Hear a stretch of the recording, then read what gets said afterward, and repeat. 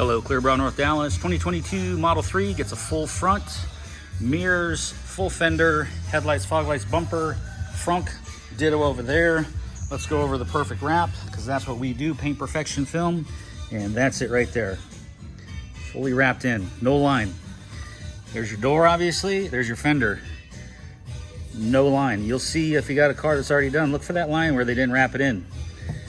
Guaranteed not coming back.